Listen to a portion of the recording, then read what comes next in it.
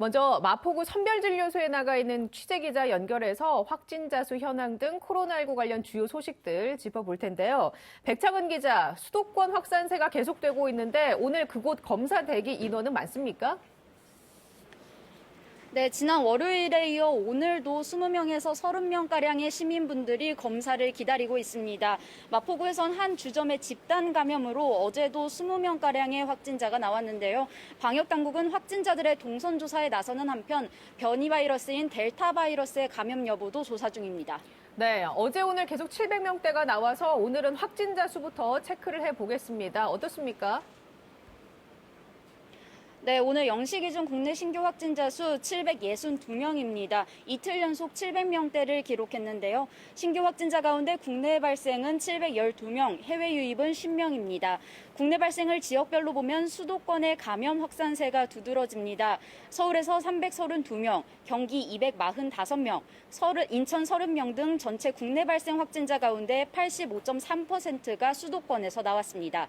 비수도권에선 부산과 대전을 중심으로 105명이 확진 판정을 받았습니다.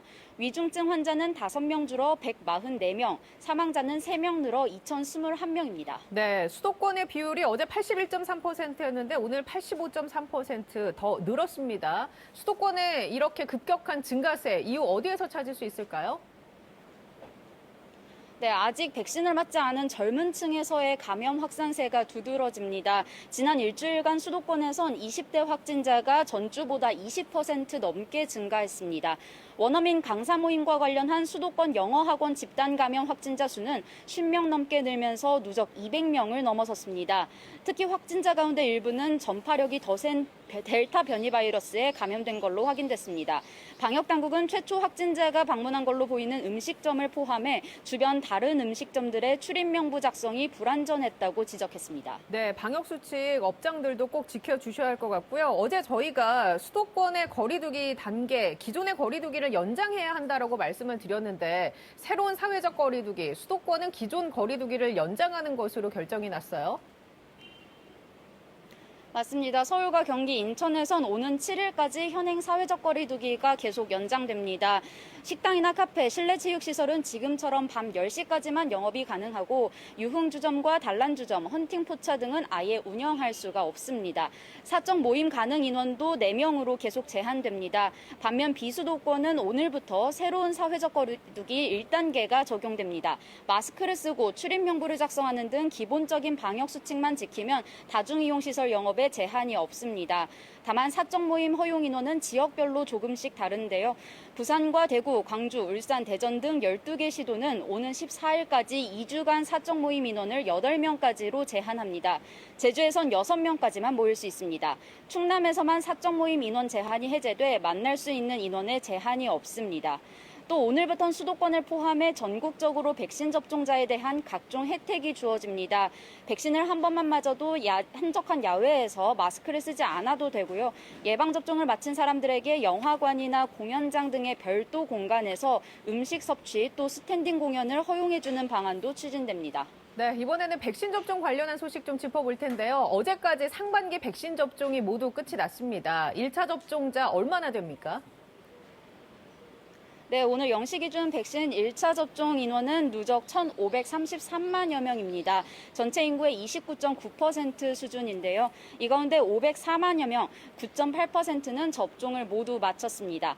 상반기 접종이 모두 끝난 가운데 코로나19 예방접종 대응 추진단은 오늘 오후 2시 10분 정례 브리핑에서 이번 달 접종 세부 계획을 발표합니다. 계획에는 우선 접종 대상 인원과 대상군별 백신 종류, 예약과 접종 일정 등이 담길 예정입니다.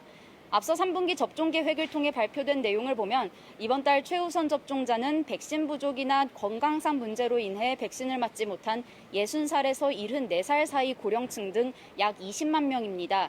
30살 미만 사회 필수 인력과 보건의료인, 또 9살 이하 어린이를 가르치는 교사와 돌봄 인력 약 11만 명도 우선 접종 대상입니다. 이들은 오는 5일부터 17일까지 화이자 백신을 맞게 됩니다. 대학 수학능력 시험을 앞둔 고등학교 3학년과 교직원은 이번 달 셋째 주부터 화이자 백신을 접종합니다. 50대 857만 명은 넷째 주부터 접종하게 되는데 어떤 백신을 맞게 될지는 오늘 공개될 걸로 예상됩니다. 네, 그리고 자가격리 없이 해외여행을 갈 수 있는 나라가 처음으로 공식 선정이 됐다면서요. 관련된 내용 정리해 주시죠. 맞습니다. 정부는 코로나19 상황이 안정된 국가 간의 격리를 면제해서 자유로운 여행을 허용해주는 이른바 트래블 버블을 계속 추진해 왔는데요. 첫 대상 국가는 사이판입니다. 사이판은 한 달 넘게 확진자가 나오지 않았고 전체 인구의 절반 이상이 백신을 맞았습니다. 사이판으로 격리 없이 여행이 가능한 경우는 백신 접종을 모두 마치고 14일이 지난 단체 여행객들입니다. 여행객들은 예방접종 증명서와 출발 전 72시간 이내에 한 코로나19 검사 음성 확인서를 챙겨야 합니다. 방역당국은 현지 방역조치 점검을 마치면 이르면 이번 달 말부터 여행이 가능할 걸로 보고 있습니다. 다만 사이판이나 우리나라 중 한 곳이라도 확진자 수가 늘거나 방역 상황이 나빠지면 격리 면제 여행은 다시 검토됩니다. 다른 나라에서 백신 접종을 마친 사람에게는 자가격리 면제서가 발급이 된다고 하던데 이게 어떤 내용입니까? 네, 오늘 0시부터 해외에서 예방접종을 마친 내국인, 외국인 모두 격리 면제서를 발급받을 수 있습니다.